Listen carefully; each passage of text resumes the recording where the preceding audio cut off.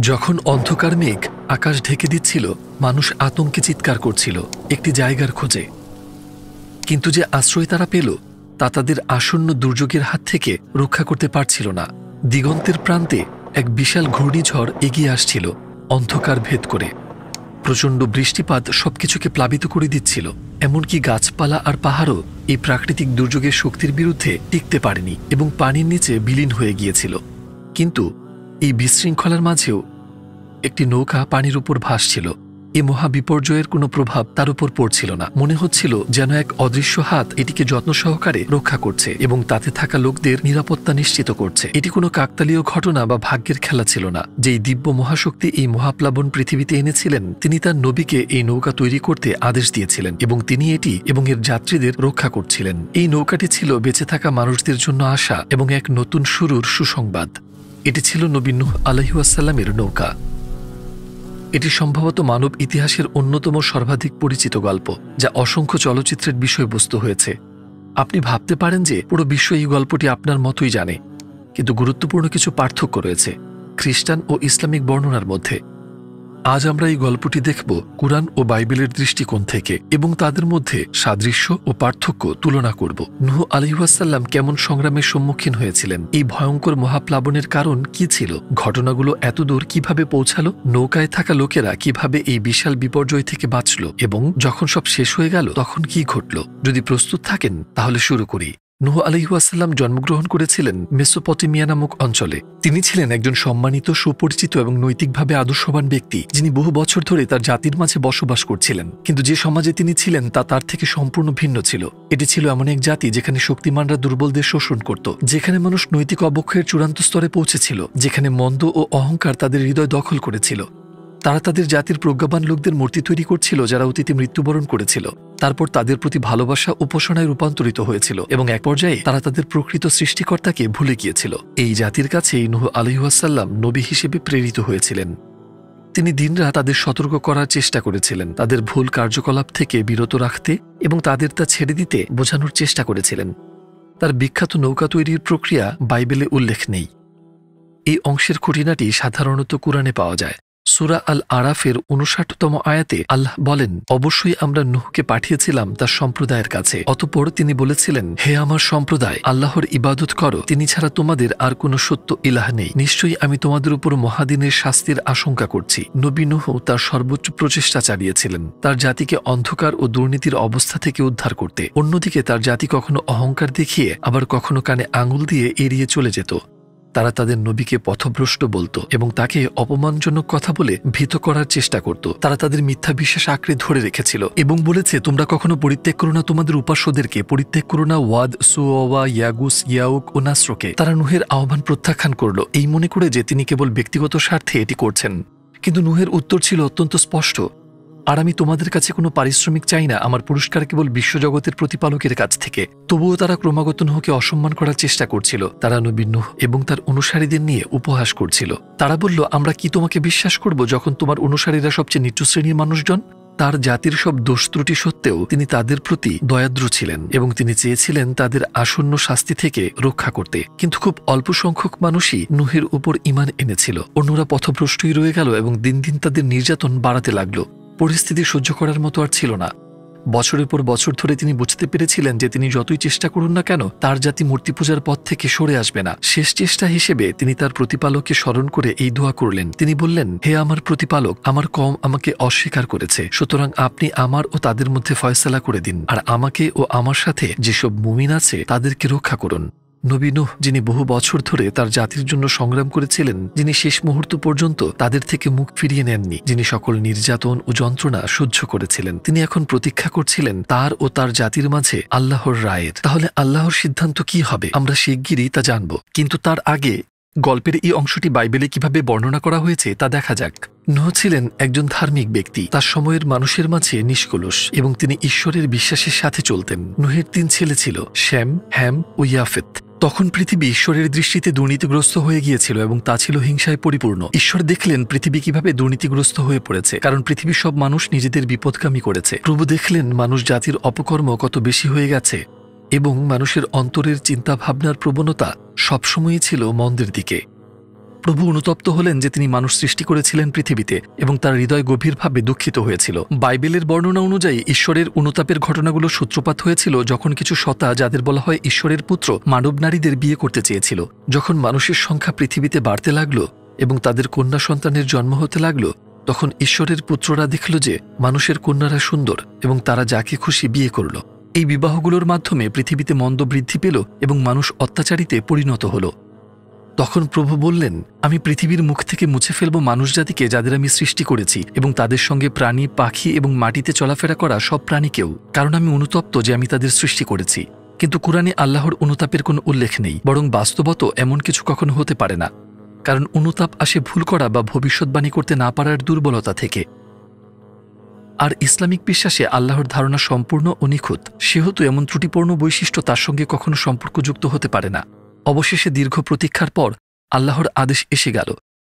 তাহলে সেই আদেশ কি ছিল? আল্লাহ নূহকে সম্বোধন করে বললেন, যারা ঈমান এনেছে তারা ছাড়া তোমার কওমের আর কেউ ঈমান আনবে না, সুতরাং তারা যা করে সেজন্য তুমি দুঃখিত হইও না। আর তুমি আমার তত্ত্বাবধানে ও আমার নির্দেশক্রমে নৌকা নির্মাণ করো, আর আমার কাছে জালিমদের সম্পর্কে কোনো কথা বলো না, তাদের সকলকে নিমজ্জিত করা হবে। অন্যদিকে বাইবেলে আল্লাহ নূহকে এইভাবে আদেশ দেন, তুমি নিজের জন্য একখণ্ড সাইপ্রেস কাঠ দিয়ে নৌকা তৈরি করো, তাতে ঘর বানাও এবং তার ভিতর বাহিরে পিচ দিয়ে আচ্ছাদিত করো। এভাবেই তুমি নৌকাটি তৈরি করবে। নৌকার দৈর্ঘ্য হবে 300 কিউবিট, প্রস্থ 50 কিউবিট আর উচ্চতা 30 কিউবিট। আর এই নৌকা সম্পর্কে আরও অনেক বিশদ বিবরণ দেওয়ার পর বাইবেল অনুযায়ী ঈশ্বর বললেন, আমি পৃথিবীতে মহাপ্লাবন আনব, যা আকাশের নিচে জীবিত সব প্রাণীকে ধ্বংস করবে, সব প্রাণীদের যাদের মধ্যে প্রাণের নিঃশ্বাস রয়েছে। পৃথিবীর সবকিছু ধ্বংস হয়ে যাবে, কিন্তু আমি তোমার সঙ্গে চুক্তি করব, আর তুমি নৌকায় প্রবেশ করবে, তুমি, তোমার ছেলে, তোমার স্ত্রী আর তোমার ছেলেদের স্ত্রীরাও। খ্রিস্টান বর্ণনা অনুযায়ী নৌকায় উঠেছিল শুধু নূহের পরিবারের সদস্যরা, কিন্তু ইসলামিক বর্ণনায় যদিও তাদের সংখ্যা ছিল অল্প, তবুও সব বিশ্বাসীরা নৌকায় উঠতে পারবে। তবে তার পরিবারের সবাই নৌকায় উঠতে সক্ষম হয়নি, যা ছিল নূহের জীবনের সবচেয়ে বড় কষ্টগুলোর একটি। নূহ আলাইহিসসালাম নৌকা তৈরি করতে শুরু করলেন আল্লাহর কাছ থেকে পাওয়া আদেশ অনুযায়ী। যখন মূর্তি পূজকরা তাকে নৌকা তৈরি করতে দেখল, তারা তাকে উপহাস করা শুরু করল। তারা এসব বলছিল, তুমি তো নবী ছিলে, এখন কাঠমিস্ত্রি হয়ে গেছ, তুমি তো শুকনো জমির মাঝে নৌকা বানাচ্ছ, তুমি কিভাবে এটা ভাসাবে? সত্যই, যেখানে নৌকা তৈরি হচ্ছিল সেখানে সমুদ্র ছিল না, তাহলে এই নৌকা কিভাবে চলবে? নবী নূহ এসব কথায় কোনো গুরুত্ব দিলেন না এবং আল্লাহ যা আদেশ দিয়েছেন তাতে মনোযোগ দিলেন।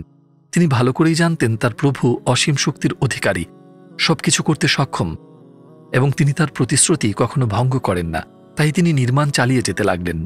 অবশেষে যখন আমাদের ফরমানিশে পৌঁছালো এবং জমিন হতে পানি উথলে উঠতে লাগলো, আমরা বললাম, প্রত্যেক শ্রেণীর যুগলের দুটি তাতে তুলে নাও, আর তোমার পরিবার পরিজনকে, তাদের ছাড়া যাদের ব্যাপারে আগেই ঘোষণা দেয়া হয়েছে, তারা আর যারা ঈমান এনেছে তাদেরকেও।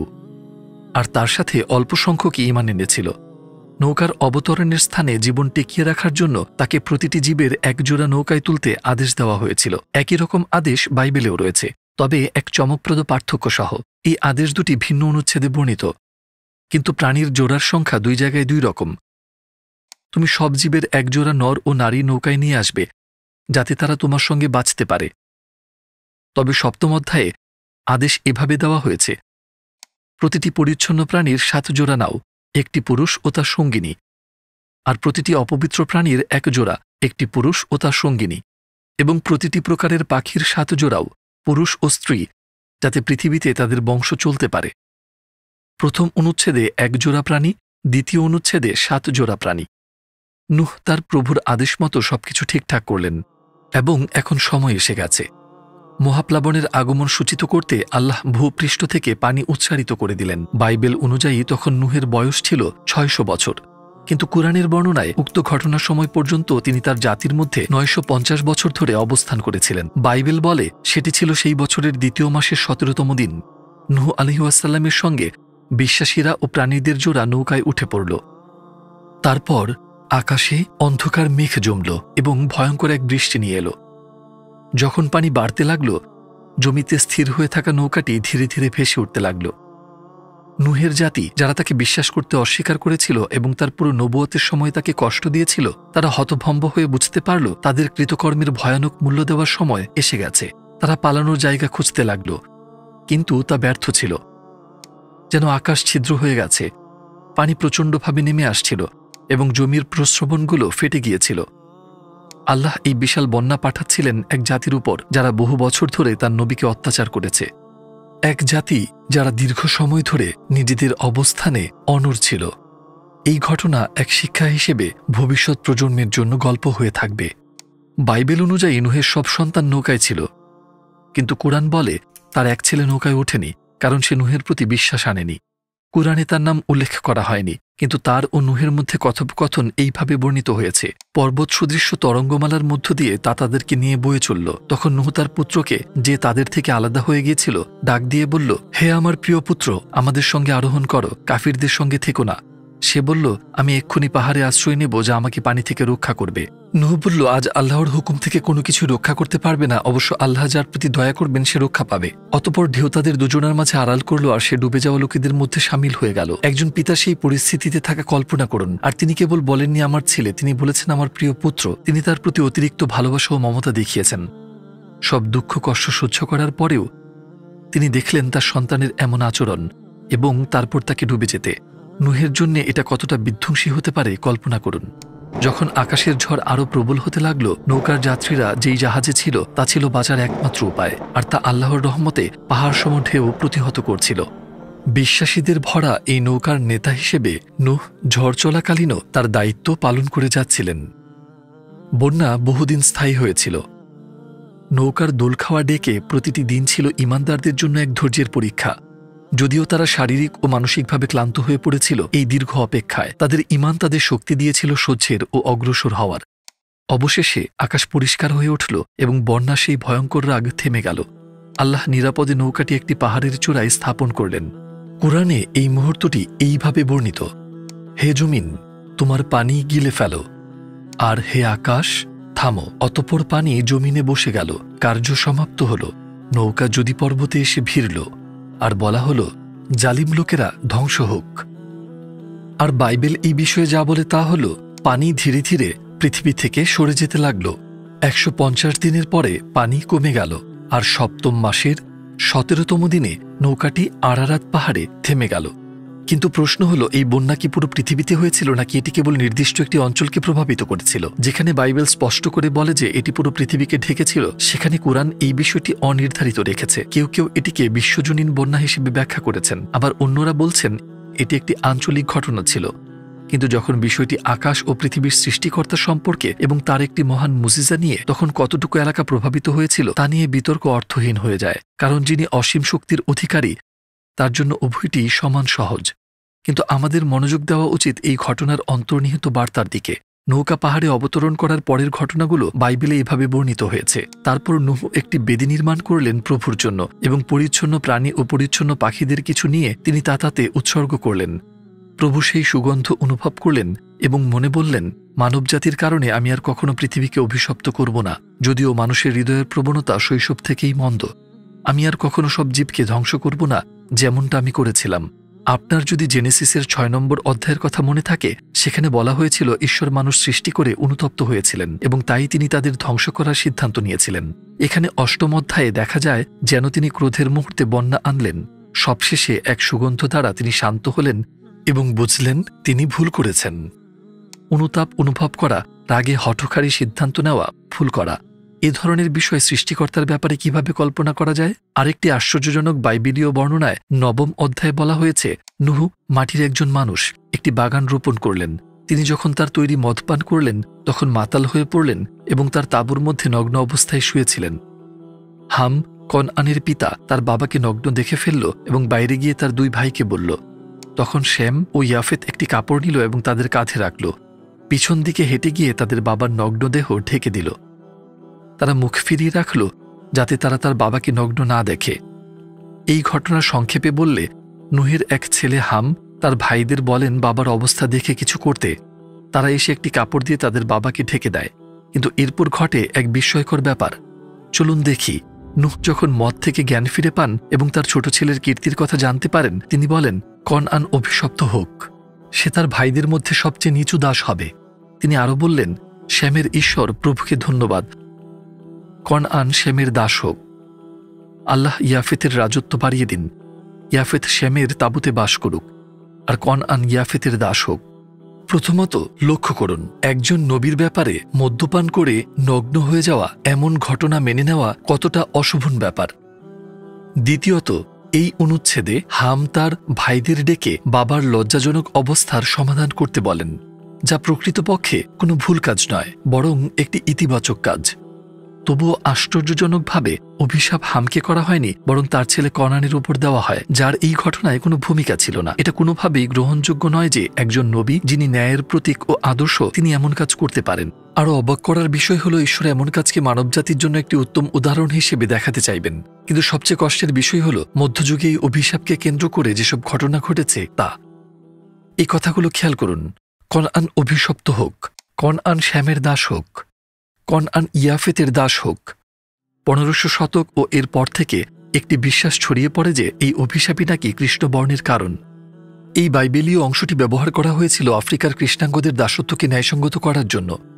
শুনতে অমানবিক মনে হলেও এটি একটি ঐতিহাসিক বাস্তবতা। গোমেস ইনস ডিয়াজুরারা, একজন পর্তুগিজ ঐতিহাসিক, লিখেছেন, তিনি যেসব শৃঙ্খলাবদ্ধ আফ্রিকানদের দেখেছিলেন তারা এতটাই দুর্দশাগ্রস্ত ছিল কারণ মহাপ্রলয়ের অর্থাৎ মহাবন্যার পর নূহ হামের উপর যে অভিশাপ দিয়েছিলেন তাতে বলা হয়েছিল তার বংশধররা পৃথিবীর সব জাতির দাস হবে। এসব পড়তেও আমার অস্বস্তি লাগে। আবার আলেকজান্ডার ক্রামেল, একজন আফ্রিকান আমেরিকান পাদ্রী ও ক্যামব্রিজে শিক্ষাপ্রাপ্ত পণ্ডিত, 1862 সালে লিখেছিলেন, খ্রিস্টান জগতে প্রায় সর্বজনীন ধারণা ছিল কৃষ্ণাঙ্গদের সকল কষ্ট ও দাসত্ব নূহের অভিশাপের ফল। অবশ্য বাইবেলের পাঠ্যাংশে সরাসরি বলা হয়নি যে কৃষ্ণাঙ্গত্ব এই অভিশাপের কারণে হয়েছে। আর আজকের খ্রিস্টান ধর্মগুরুরা বলেন এই ব্যাখ্যা সম্পূর্ণরূপে ভুল। আর অবশ্যই কোনো ধর্মকে তার অনুসারীদের ভুলের কারণে বিচার করা উচিত নয়। তবে গুরুত্বপূর্ণ বিষয় হল ধর্মীয় মূল গ্রন্থ আসলে কি বলছে। আমরা কথা বলছি একজন মহান নবী নূহ নবীকে নিয়ে, যিনি তার জাতির জন্য অত্যন্ত আন্তরিক ও দৃঢ় সংগ্রাম করেছিলেন। কিন্তু বাইবেলে যেভাবে তার সম্পর্কে বর্ণনা করা হয়েছে তা তার সম্পর্কে কল্পনাও করা যায় না। অপরদিকে ইসলাম এই ধরনের কোনো বর্ণনাকেই রাসূলদের জন্য গ্রহণ করে না, এবং ইসলাম এই বিষয়টিও মানে না যে আল্লাহ এমন বর্ণনা মানবজাতির জন্য ওহী হিসেবে পাঠাবেন, এমন একটি ওহী যেখানে বিরোধ ও অশোভন বক্তব্য বিদ্যমান থাকে। আবার নৌকায় নামা প্রাণীদের জোড়ার সংখ্যা মনে করুন। বাইবেলের জেনেসিস গ্রন্থে দুটি ভিন্ন সংখ্যা দেওয়া হয়েছে। এটি একটি বিরোধিতা। সৃষ্টিকর্তা কিভাবে ওহী পাঠাতে গিয়ে ভুল করবেন? আর বাইবেলের কাহিনীতে সৃষ্টিকর্তার ব্যাপারে অন্য যেসব বক্তব্য এসেছে তাকে এমনভাবে চিত্রিত করা হয়েছে যিনি কিছু বিষয়ের ভবিষ্যৎবাণী করতে পারেননি, বা যিনি রাগ নিয়ন্ত্রণে ব্যর্থ হয়েছেন। সবশেষে আবার তিনি অনুতপ্ত হয়েছেন তার কাজের জন্য। এ ধরনের বক্তব্য আল্লাহ সম্পর্কে কখনোই গ্রহণযোগ্য নয়, কারণ তিনি সব ধরনের ত্রুটির ঊর্ধ্বে। কিন্তু কুরআনে আমরা দেখি এই কাহিনী বর্ণিত হয়েছে একটি নিখুঁত রূপে, কোনো বিরোধিতা বা অশোভন বক্তব্য ছাড়া, এবং আল্লাহকে বর্ণনা করা হয়েছে তার মর্যাদার যথোপযুক্তভাবে। তাহলে এই সব বিবেচনায় কি এটা বলা যায় না আল্লাহ কুরআন পাঠিয়ে পূর্ববর্তী গ্রন্থগুলোর ভুল ব্যাখ্যাগুলো সংশোধন করেছেন? ঠিক এই কাহিনীর মতোই ভুল বর্ণনাগুলোর সঠিক সংস্করণ দিয়ে দিয়েছেন। আর আমরা কি এও বলতে পারি না যে কুরআন নাজিলের মাধ্যমে আল্লাহ সংশোধন করেছেন বাইবেলের মিথ্যা বিশ্বাস, যেটা শতাব্দী ধরে চলেছে?